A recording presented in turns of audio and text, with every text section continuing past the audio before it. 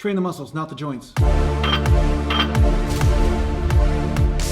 So because you guys reacted so well to some of the photos I posted from some of my competitions, I thought it would be neat for me to make a series of videos. So I got a couple series right now. One was, the Pushing the Limit series that I did. Another one is my favorite exercise for certain body parts. I will be continuing with the stupid comment Saturday, as well as, because there's always one comment a week or whatever that I get that's worth making a video about. I will also be making a playlist on the highlights of my natural bodybuilding career, whether it be with fitness modeling or competition wins or all that kind of stuff. So as I get some footage, or sometimes I do have some video clips as well, but I haven't converted them from VHS. Funny, this is how old this stuff is. I haven't converted them from VHS to computer. So I need to basically use my camera to film a TV where I'm running the VHS tape through. So we'll see how good the quality turns out for that. But what I want to say is one of the biggest highlights of my career, and if I could call it that, because sometimes I look at career as money-making potential, and there really isn't a lot of money to be made in natural bodybuilding, especially back then. There was really nothing. I mean, unless you lived in LA, it was really tough to make a living of any kind, which is why I spent so much money going down there, meeting photographers and people that were in the industry, because that was really the only way to get yourself out there, right? It's not like the social media age where you just, collab with somebody that has a big following, and if you're lucky enough to get them to collab with you, then all of a sudden, boom, you're famous, right? So if you guys want to get somebody to collab with me that's famous, you go right ahead. That'd be great. So anyway, one of the biggest highlights of my career was in '97, and I showed you some pictures from '97, and I'll put a couple pictures up right now. And from this contest, backstage, I met the creative director and photographer for Muscle Media, Cal Yee. Now, the funny thing about this story is, and I've told this story a million times, but in case you haven't heard it, Cal Yee was talking to somebody backstage because he really liked the look of this one guy. And this guy didn't win the competition, but he had a really good look, really good symmetry, everything. And Cal Yee was talking to him and asking him about his age, asking him how long he's been training, asking him how well he can stay in shape for a photo shoot, all this kind of stuff. And of course, this guy was oblivious. He didn't tune into any of the muscle magazines. He didn't tune into any of the the media at the time when it came to bodybuilding. So he thought this was just some gay guy hitting on him, trying to, basically harass him in some way, right? So what he did was he told this guy, he just said, well, I'm not interested, whatever, and he just walked away from him, right? And I'm like, wait a second, I mean, I think I heard this guy said his name. So I thought to myself, what are you doing? This guy is a famous photographer and creative director. Like, why aren't you working with this guy? So anyway, I went up to the guy and I said, hey, listen, I just won the show. Why aren't you talking to me? What's going on? I think I look pretty good. I should be in your magazine. I love your magazine. And the truth is, I was a big fan of that magazine. And I remember a year before, my brother and I reading that Muscle Media magazine. And I said to myself that night that I'm going to be in that magazine. That is going to happen. That was my major motivating factor, was I wanted to be in that magazine. It was just, I guess I have to compare it to some of you guys that are used to social networking now. What would be a proper metaphor for the type of fame and fortune that magazine meant? Well, that magazine was bigger than Muscle and Fitness at the time, or at least it was rivaling.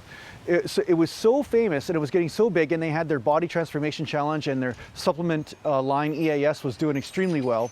So it was an amazingly big company at the time. So being in that magazine meant way more to me than being in any other magazine, because there were so many people that read it, and I just loved the articles and I loved what it represented. So maybe some of you guys are just like hoping to be in a natural Gallant bodybuilding video one day. Maybe that's your guiding light, who knows, right? So anyway, when I heard this guy's name, I was like, ding, okay, I was in this show and there wasn't that many people watching the show. Like most natural bodybuilding shows, there's like 50 or 100 people in the audience. It was like a nobody show, right? There was no media there. And I was so surprised that this one guy was there. So I took full advantage of it, and I wouldn't take no for an answer. And I said, hey, listen, look at me, I'm good. I have a twin brother too. Why don't you do something with us, right? And then he kind of looked at me, looked me up and down, and it's like, okay, so are you in shape, and can you maintain this shape for a period of time, and all this kind of stuff, and to make sure I could, not show up like a bloated elephant for the photo shoot. And of course, I said yes to all these things, because that was easy for me to maintain that kind of shape. And he goes, okay, great, I'll see you in a few weeks, I'll contact you, and then basically we exchange contact information, and there you go. So yeah, this is what happened. About 6 months later, I ended up in this magazine, and here's the article right here.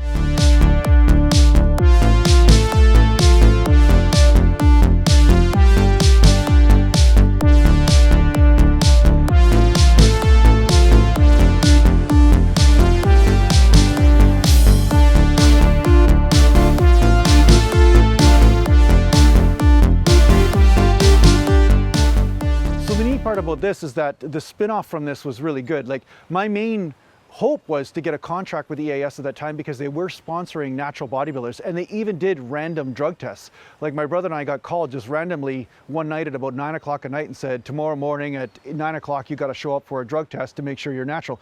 So that's it. We went and we did these random drug tests for muscle media too. So they were doing their due diligence, making sure that if they were profiling somebody and classifying them as a natural bodybuilder, they were actually doing their own testing to make sure this was true. As we went on the year, they sponsored us with EAS supplements and you know, had all the creatine and protein bars I could eat, all that kind of stuff, so that was good. And they paid us a few $1,000s for the photo shoot. And then from there, I was praying and hoping, you know, that this was going to be my big break, that they would give me a contract where I'd be regularly getting a paycheck. And of course, that never really worked out. And I think something to do with being a Canadian and it being a US company and stuff might have had some influence on that at that time. And that was kind of the big disappointment of my career at the same time. I had this huge level of glamour and excitement. You know, I was so excited. I got profiled in this magazine and I got a lot of exposure. Like, people were looking my name up on search engines on the internet. If I would have had a YouTube channel back then, it would have been no problem getting subscribers because people were already looking up my name, trying to find out who is Jason Gallant, where is he, where can I find him, where can I contact him, right?